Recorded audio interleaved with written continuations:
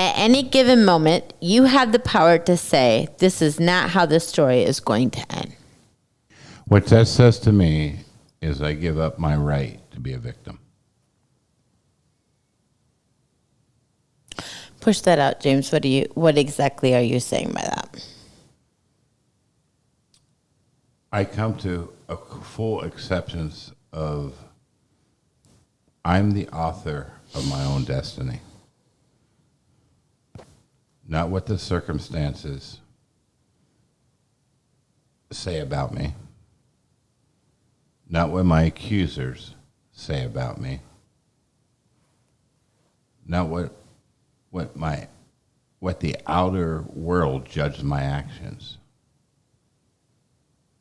I am the author of my own destiny. I accept responsibility for my actions and everything I do and say, based on who I am, based on the knowledge of who I am. So, for instance, if I do an action, if I put up a boundary and it's perceived as I'm a hateful person, I bring that before. Am I a hateful person based on who I am? Mm-hmm. Based upon my responsibilities of taking the choices of making that boundary, no matter what the cost is. Right. I am not a victim to my circumstances. I'm not a victim to people. I have a choice at any point in time to take personal responsibility for who I am, no matter which way it's perceived to the outer world or the outer sphere around me, or if there's somebody that's close to me that would perceive it that way. I still own who I am. James, if someone says something about me, say exactly, I'm a hateful person, but I look at myself and that's not really who I am. Exactly. That actually, and they put that out there, okay, that could damage my reputation, Exactly. correct? So does that mean that I go chase them down to put an end to the story, or how do I move forward with knowing that that's out there? If I would chase them down and put an end to the story, that means I have not accepted who I am. That means I'm going out there to justify myself, to defend myself. Mm-hmm. When I know who I am, I don't need to go defend myself. I don't need to defend my actions. If I know at the end of the day, it was a boundary that I put up, that I said no more, if I got to justify that, I don't have to justify that. I can stand on that no matter, again, I take personal responsibility for my actions. Because it's your story, therefore you're the author of it, and so exactly what you said, we're the creator of our own destiny. So we get to decide. We get to decide on how it's going to end. Not necessarily from a physical perspective, but again, I can't control my circumstances, but I can control my reaction to my circumstances. So it's really going with an attitude of knowing who you are. I know who I am. So therefore, I'm not going to respond to that at all. Again, I can't control what they're doing, but writing my story has nothing to do with controlling my circumstances. I can't control my circumstances. And you can't control the narrative. And I can't control the narrative, but I can control my response and my reaction to the narrative. And let me tell you one more thing. You can't protect your reputation. Explain that, James. Because there will be things based upon your actions of who you are that will be perceived that will be a character assassination. And all you're doing is putting up boundaries. But nobody else has the rest of the story. So how do you move forward with that? I mean, let's talk about character assassination first, and then how do you move forward from that? Character assassination would be what we start off. I'm a hateful person, and it could be based on an action that the person can distort. They didn't Without the- like what without- yeah. you set up a boundary. They didn't like what you said, and so like immaturity, it really reflects immaturity on their half. Immaturity is that you are basically, well, you're just being hateful. Yeah. When reality is all you're doing is saying, no, I'm not going to accept this anymore. I'm not going to tolerate this anymore. So it really comes into the fact, character assassination really comes out of immature people. It really does. It does. Because if you're a mature person and you're a healthy person, you're not going to go about Why would you? assassinating anybody else's character. Exactly. Why would I say something bad about you, Nancy, if you hurt me, or if I put up a boundary? That's exactly true. Exactly. Who You does put up a that? boundary to me, and why would I say that you're being? Exactly? Again, it's a very immature person. That's who does that. It's a very immature person. Mm-hmm. So yeah, so talk about. So we were saying that's character assassination. Is basically the person is directly going against your is attack on your character. Yes. It's directly saying calling you, putting out stories of who you're not, but they're proclaiming it to be the truth. So how do you continue to move forward from that? Again, we all tend to want to hold on to our reputation. Our reputation matters. So how do we tend to move forward from that, James? Well, your statement says at any point in time. What's your last part of your statement? I can change how the story ends. You can, by your actions, by being truth and honesty of who you are, by standing on your principles, no matter what people say about you. You don't get ahead of the story. Again, you continue to do what's in front of you, what you know is right. And you don't ever move from it. Consistency. Mm-hmm. Stay consistent to two things. One, your principles, universal principles. Stay consistent to those at every point. And also, out of that, stay consistent to yourself. Don't get pulled one way or another. Don't try to protect your reputation, because at the end of the day, nobody can protect their reputation. People will always have the things that they can say bad to you when you hit their immaturity. That's true. That's absolutely true. And it really comes down to what you're saying, James, is really allowing time. Truth always comes to light, and it's standing back and allowing time to reveal the truth. And so exactly. So if you continue to chase down your reputation, that's exhausting. And it continues to divert you from the purpose and the direction you're supposed to go. If you know who you are, that's all that matters. And there's one third thing I'll add to it, is keep your goal in your head. Keep your goal in your sights. What I mean by that, your purpose. Don't never let go of your purpose, your lane.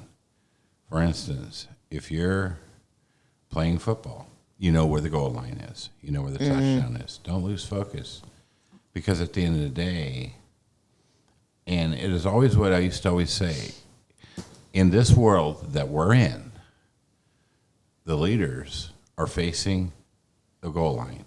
The defense is not in front of them like on a normal football field. They're behind them. The goal line is there. There's so many opportunities for leaders. The goal line's in front of you. The only thing standing in front of you and the goal is yourself. It's yourself. And how does yourself get pulled out? By looking behind. First of all, exactly. That's your response. That's what you're responsible to keep focused, to look straight. If you look behind, the immature ones will give you plenty of reason to go after them. Exactly. That's true. To go chase the story. That's true. You're going to be chasing, and reality is all you're chasing is ghosts. You are. Well, you're really chasing ghosts, and it's keeping you from going into having your touchdown. Because again, exactly what you said, James. The only thing between you and your goal is you. Exactly. It's the only thing. Exactly. That's how you have the choice to change at any point in time the direction you're on. You cannot look back. If you look back, you will lose tremendous amount of ground at that goal line. Worse than if the defense was in front of you. Because there's a difference. When defense is in front of you, you can see what's in front of you. What's coming at you? In this world that we're in, it doesn't come at you head on. It comes up from behind. It comes from behind. The goal line's open. Because why? Because the immature people, they're scared. They're cowards. Is really what it is. They're cowards, but also because you can't lead someone where you haven't been. So the immature people have never made it to the goal. Therefore, your defense is not in front of you; it's behind you. It's behind. Because again, they're the ones that are going to keep you. They can't make it to the goal, so they're going to keep you from getting to the goal. And it doesn't always come with them saying words, blaspheming your slandering your reputation. It also comes how they show themselves as a victim. And with them not saying something, says something. They have a way of creating the stage, so to speak, to make you look like an ogre. Mm-hmm. Because they'll present themselves in such a way that they're a victim that people will rally around them. They will look. Because again, when you're following your principles and you're doing what is right, there's no defense against that. They have to also look at themselves. That's true. That's true. When you make decisions based on principles and not on people, then they don't really have a pull on that, which a leader makes decisions based on principles, not on people. Because again, you're looking at the big picture. Mm-hmm. But when they make it about themselves, and so many times it's very hard to comprehend how somebody can take something and make it about themselves. As far as just the fact that you need some space to possibly grieve a loved one. And all of a sudden, everyone is coming at you because, you left them, you abandoned them, you changed your phone number, How on earth do you make something about grieving? How do you make something like that about yourself? It's incomprehensible. How do you make something like that? All you ask is just for space to grieve a loved one. A simple ask, you would think. And again, if we had empathy, we would definitely be able to understand why this person is asking for that. But instead, we want to turn it and make it about ourselves. Yeah, the person's messed up. Exactly. And a classic example, what they'll put out is the person's in denial. Yes. Or how exactly what you talked about earlier, you're basically telling, you're protecting your property and you're asking the person to not set foot on the property. Because again, this person is a very toxic person to you. And now you're being hateful and confrontational because you're hurting. That's a tremendous amount of slander and tremendous amount of judgment. Because first of all, that person doesn't know you. Okay. Doesn't know you. And all you're asking is simply for respect. That's it. Again, a very simple human decency request. Respect. And now you're being hateful. Mm-hmm. And the trap for a leader to fall into is one or two things. One, ignore it. This will go away. But it won't. It'll keep on coming. The second one is to lose your cookies. It continues to agitate you, hit your emotions. That's why we talk a lot about emotional intelligence. It will demand a response. The person is demanding a response of anger so that they can prove that you just didn't say no, that you were overreacting. A hateful person. Yes, you're a hateful person, you're overreacting. And so and the truth of it is, again, that's immaturity. That's highly immaturity. That person doesn't deserve a response. It is really, you have set your boundaries. And so if that person crosses it, there's consequences to come, and you warn them. But it's, again, it's like we go into a child, all right? Go into a little 2-year-old, okay? A 2-year-old throws themselves on the floor and throws a tantrum, right? If you as a parent pay attention to that 2-year-old throwing a tantrum, now the 2-year-old won. If you just step across the 2-year-old and keep walking forward, they're going to pick themselves back up. They're going to pick themselves back up. That's really what that is. And the third response, which is a positive response, is saying you crossed a boundary. Mm-hmm. And it becomes a firmer action in saying it's not hateful. It's saying that there are going to be consequences if this continues, when this happens again. Exactly. You draw. What do you draw? There's 2 things we call it. Line in the sand. Some people call it that. We call it drawing baselines. Yes. Which, in return, is the farthest thing from being hateful. It really is. It's actually being loving. Mm-hmm. It is freeing the other person to show them where their boundaries are.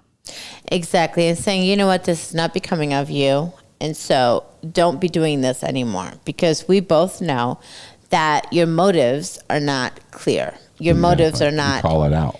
You call it out. You're trying to put attacks on me, and I'm not going to tolerate that. That's really what it is. Exactly.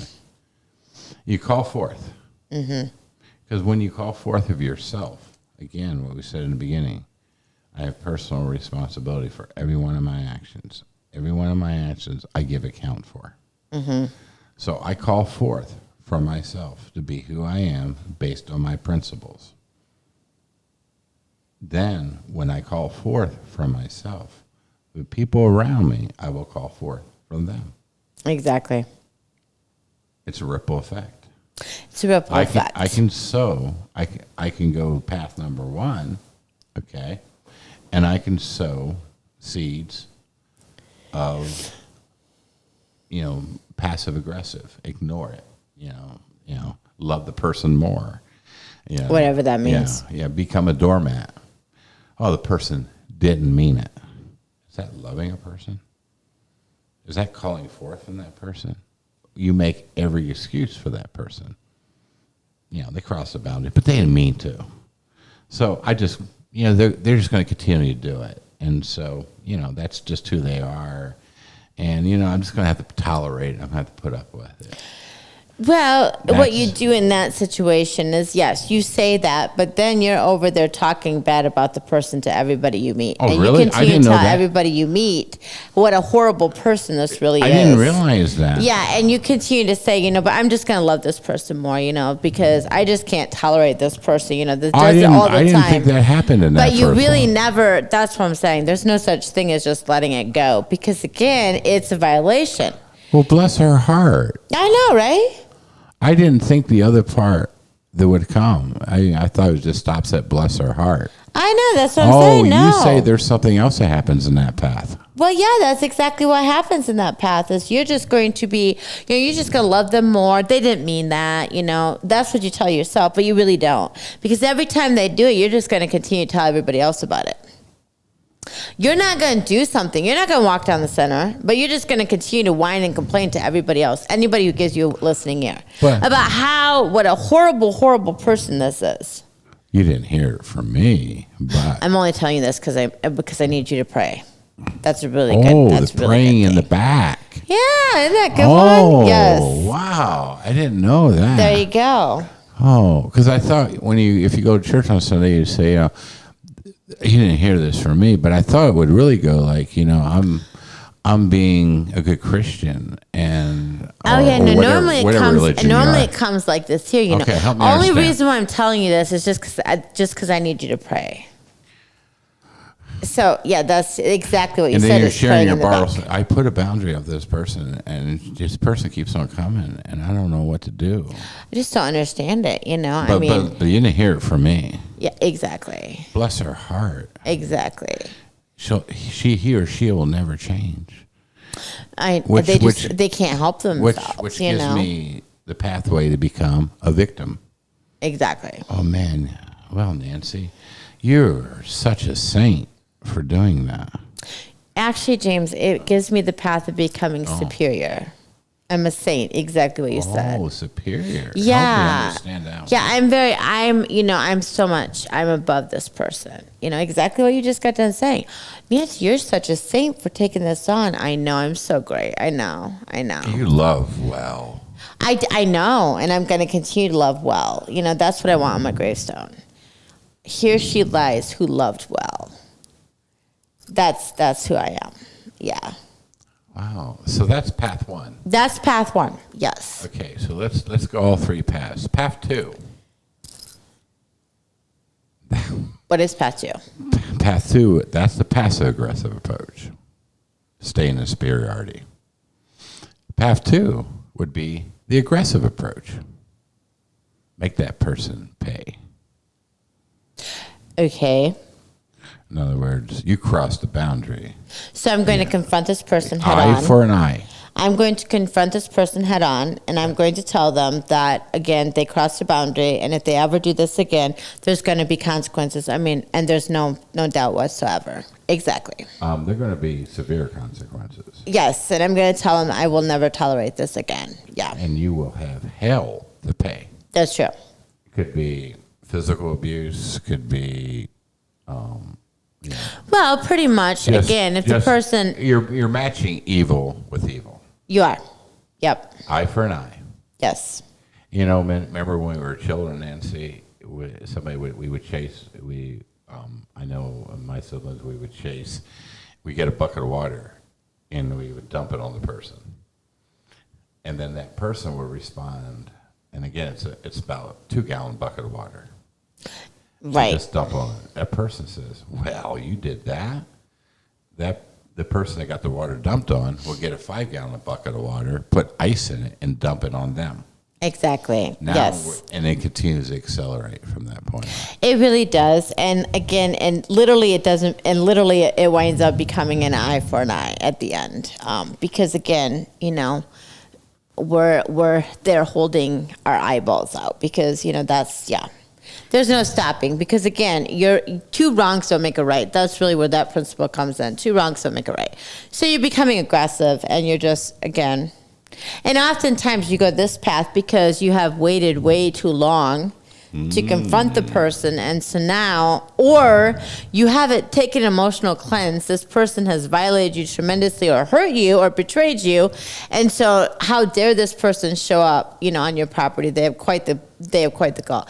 So that's really the path why we go that path is because we ourselves have not emotionally cleansed, or perhaps, it started out with with the concept of the first path, they're not going, this person stepped across, they didn't mean it, but you're not going to go to the path of the passive aggressive. You're just going to say, they didn't mean it, but then you start seeing that they're doing it deliberately. Okay. So, oh no, they didn't. So that's really where that comes from. Yes. So we would label the first path as a superior mindset.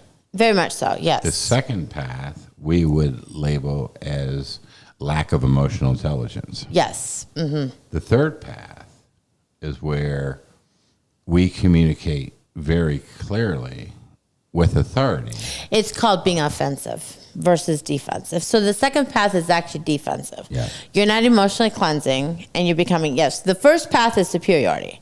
This person is beneath you. So you're in a superior role and they're inferior to you. That's the first path. Second path is defensive. You're defending yourself. You're defending your land. You're defending yourself. That's aggressive. The third path is offensive, which is walking in love, looking at this person as a human being, loving this person as a human being.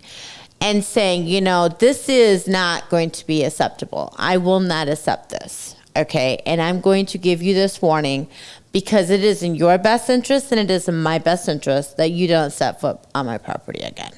And what's the tone like? Is it authoritative tone? The tone is with authority. Like, I'm asking you, is it more in a question tone? Or? No, it's an authority. Again, you're speaking with authority. And what gives you the authority?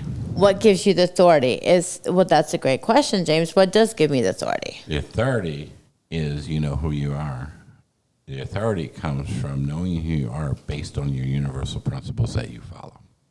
Mm-hmm. That's the only way you can do it.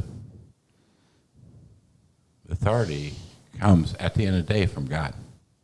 Yes, it does. I would agree with It's that. really where it comes, because you submit yourself to God. Mm-hmm. And that's where the authority comes from. I don't remember meeting in my Bible that Jesus was ever the first two. No. He gave an example of the universal principles, and they have never changed. No. And being offensive versus defensive, proactive versus reactive, that is the universal principles. And that's how we get the most success with our interactions with relationships, is being proactive, being offensive versus defensive. And again, it's looking out for, when I know who I am, I'm also going to be able to look across the street and look and know who you are, because I know who I am.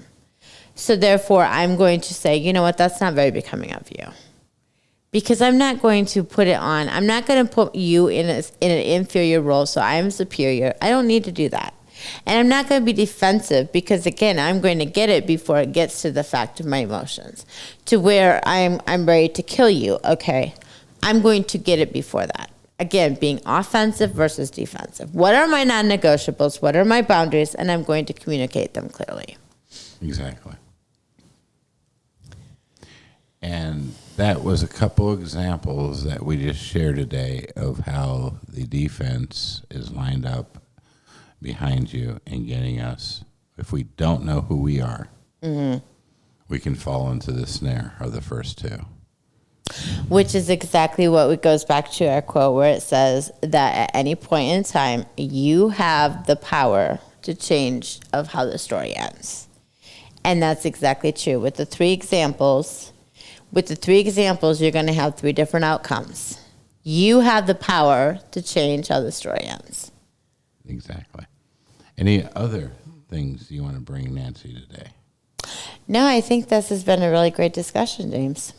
I really like to invite our audience, if you're in that situation, and Orange Road Services is here, without a shadow of a doubt, to call forth who you are. OrangeRoadServices.com. Thank you.